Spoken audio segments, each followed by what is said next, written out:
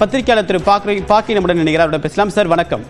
வணக்கம். அமித்ஷாவுடைய அட்டவணையில நேரங்கள்லாம் மாற்றப்பட்டிருக்கு. செய்தியாளர் சந்திப்பு திட்டமிட்டபடி நடைபெறவில்லை. ஆடிட்டர் குருமூர்த்தியுடன் தற்போது ஆலோசனை மேற்கொண்டிருக்காரு. இந்த நேர மாற்றத்திற்கான பின்னணி என்னவாக இருக்கும்? அடுத்ததாக தேசிய ஜனநாயக கூட்டணி தொடர்பாக இன்னைக்கு அதிகாரப்பூர்வ அறிவிப்பு ஏதாவது வெளியாக வாய்ப்பு இருக்கா? தேசிய ஜனநாயக கூட்டணிக்குள்ள இடம்பெறுகிற கட்சி பற்றி அதிகாரப்பூர்வமாக வெளியிடப்படாது. ஆனா ஏதும் ஒரு இண்டிகேஷன் இருக்கும். அறிகுறியை அமித்ஷா நேரடியாகவோ மறைமுகமாகவோ அறிவிக்க கூடும் என்று எதிர்பார்க்கிறோம். பத்திரிகையாளர் கூட்டமும் குருமூர்த்தி வீட்டில் அவங்க சந்திப்பு நேரம் சிலதெல்லாம் கொஞ்சம் தள்ளி போயிருக்கு அப்படின்னா அதுக்கு இன்னும் அவகாசம் எடுத்திருக்காங்க. இன்னும் கொஞ்சம் தீவிரமாக விசாரிக்கிறாங்க அப்படின்னு நம்ம பார்க்கணும். இதுல என்னன்னா எனக்கு கிடைச்ச தகவல் என்னன்னா திமுக தலைமையிலான கூட்டணி தமிழகத்தில் தொடர்ந்து வெற்றி பெறுவதற்கு என்ன காரணம்? அவங்க அந்த கூட்டணியில இருக்கிற கட்சிகள் இன்டாக்டா கிட்டத்தட்ட 19 வருஷம் தொடர்ந்து இருக்கிறாங்க.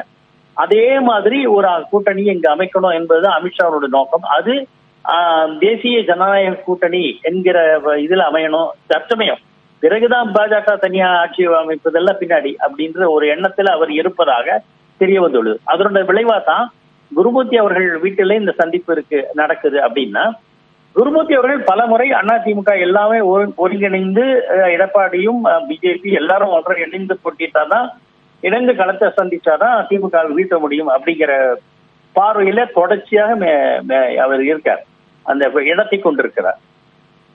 இப்ப அதிமுக இவருடைய வருகை தொடர்பாக எந்த விதமான கருத்தையும் சொல்லல. அதிமுக கூட்டணி பேச்சுவார்த்தை தொடங்கி இருக்கோம் அப்படின்னு அமித்ஷா சொன்ன நிலையில அவர் மேற்கொண்டக்கூடிய முதல் பயணம் இது தமிழ்நாட்டுக்கு பயணம். ஆனா அதிமுக ரொம்ப மௌனம் காக்குறாங்க. அதே நேரத்தில் தேர்தல் ஆணையத்தால் இரட்டை இலை சின்னம் தொடர்பான வழக்கு விசாரணை தொடங்கி இருக்கு. இது எல்லாமே கோரிலேட் பண்ணி பார்க்க முடியுமா? எஸ், அதுதான். இப்ப அதுல இன்னொரு கருத்தும் உண்டு. அதிமுக பாமகவில் ஏற்பட்டுள்ள சில மாற்றங்கள், அரசியல் மாற்றங்கள், பாமக தன் அதிமுக பக்கம் வந்துன்னா பிஜேபி அலையன்ஸை மறுபடியும் பரிசீலனை பண்ணாம அப்படியே கடப்புல போடலாம் என்று நினைக்கக்கூடும். ஏன்னா பாமக மூலம் அதிமுகவுக்கு வாக்குகள் டிரான்ஸ்பர் ஆகும், கிடைக்கும் அப்படிங்கிற ஒரு சாதகம் இருக்கு. அது ராமதாஸ் நேற்று அந்த ஒரு கட்சியில் ஏற்பட்ட மாற்றங்கள் தொடர்பாக இந்த புதிய நிலைப்பாட்டுக்காக காத்திருக்கிறார்கள் அப்படின்னு நினைக்கலாம். ஆனா ஒருவேளை அதிமுக பாஜக கூட்டணி ஒருவேளை நெருங்கி வந்துருச்சுன்னா பாமகவுடைய நிலைப்பாடு என்ன?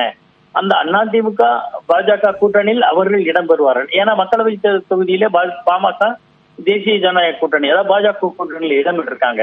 சோ அதுவும் ஈஸியா இருக்கும் அப்படின்ற இதுக்காக காத்திருக்காங்க. இது எல்லா கணக்குக்குமே அமித்ஷா காத்திருப்பதாக நினைக்கிறேன். இன்னொன்று, உடல் நலம் இல்லாமல் டிடிவி தினகரன் மருத்துவமனையில் அனுமதிக்கப்பட்டு இப்போ டிஸ்சார்ஜ் ஆகியிருக்காரு.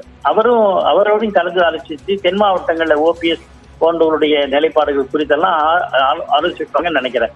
எனவே குருமூர்த்தியை அணுகி அவர் சந்திப்பதன் மூலம் குருமூர்த்தியோட நிலைப்பாடு எல்லாரும் ஒன்னா சேர்ந்து ஃபைட் பண்ணணும் டிஎம்கேவை அப்படிங்கிற நிலைப்பாட்டை அது ஆதரித்து ஒரு உறுதியான கூட்டணியை அமைப்பதற்கு, அதாவது ஆல்டர்னேட்டா திமுக கூட்டணிக்கு வலுவான எதிரான நிரந்தரமான கூட்டணி, கிட்டத்தட்ட அது நிரந்தரமா இருக்கணும் என்ற எண்ணத்துல தங்களுடைய அரசியல் நகர்வுகளை மேற்கொள்கிறார்கள் அப்படின்னு அதுக்காக தான் இந்த கூட்டம் நடக்குது. இந்த அவகாசம் எடுத்துக்கொள்கிறார் அமித்ஷா அப்படின்னு புரிஞ்சுக்கலாம்.